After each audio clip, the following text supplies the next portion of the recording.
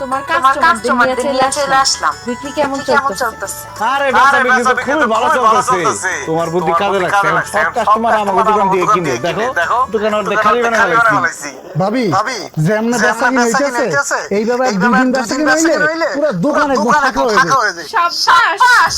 তাইলে চাঙ্গা ছিলাম না দোকান দাও। বইয়ের প্রতি যে কাজে লাগে সেটা হারে টের পাইছো তো।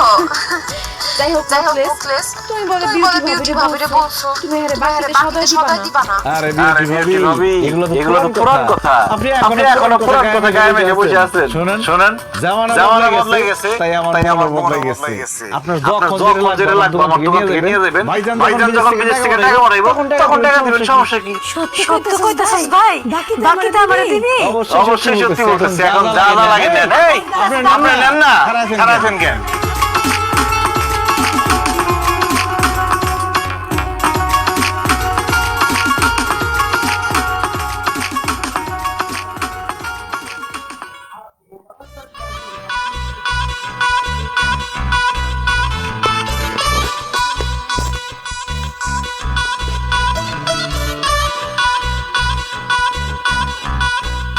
ভাই আমরা মাথা দিয়ে বসে থাকলে হইব? আমারে মাসে বেতন দিয়ে দেন, আমি আমার দোকানে চাকরি করব না।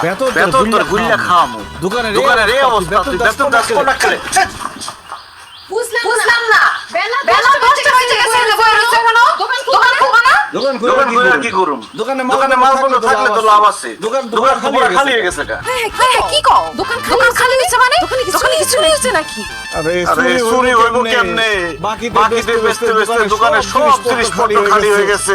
মানুষের কাছে বাকি টাকা চাইছি, কেউ টাকা দেয় না। এইজন্য নতুন করে দোকানে মাল উঠাইতে পারতেছি না। ভাবি শুধু তাই না, যারা আমার দোকান থেকে বাকি দিত তারা অন্য দোকান থেকে নগদে জিনিসপত্র নিতেছে।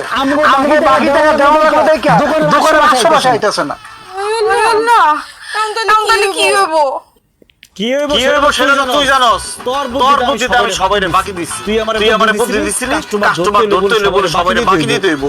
এখন আমি কাস্টমার তো ধরতেই পারি নাই। কোনটা কাস্টমার অন্য দোকানে সব চলে গেছে।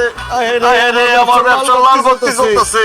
ভাই মানুষের বুদ্ধিতে চলতে গেলে যে বাস খাইতে হয় সেটা আমি হারে টের পাইতেছি। ভাইয়া আপনি তো শুধু বাস খান নাই, আপনি আইকলা বাস খাইছেন। মানে এরকম বড়দের মতো কেউ কাম করে তাকে কেউ বাকি দেয়। আমি আপনার আগে না করছিলাম, আমার কথা হলো না। আরে হানিফ তোর কথা শুনলে আজকে আমার এই অবস্থা হইতো না। বাপের জমি বিক্রি করে মুদি দোকান দিছি, এখন আমরা আমসালা সব গেছে। এই তোর বুদ্ধিতে আমি সবাইরে বাকি দিয়ে ফুটো রইছি না। তুই তোর বাপের বাড়িতে গিয়া তোর বাপের কাছ থেকে আমার টাকা নিয়ে আবি। ওই টাকা দিয়ে আমি আমার কোন দোকানে মাল তুলুম, কিন্তু এইবার আমি একটা টাকাও কাউরে বাকি দেব না। আমার আব্বা যে কিপটা, আমি মইরা গেলে ভাই এত টাকা দিত না। আমি কান্নাকাটি কইরা 10-15,000 টাকা তোমার আইনা দিতে পারি। কি বলে মুদি দোকানে মাল তুলতে টাকা লাগবে মিনিমাম 3 থেকে 4 লাখ। এই 10-15,000 টাকা আমি কি করুম? মুদি দোকানের আশা বাদ দাও। মুদি দোকান আর করা হইব না। আপনার থেকে আমি 10-15,000 টাকা আইনা দিতেছি। একটা টং দোকান দিয়া দাও। চা সিগারেট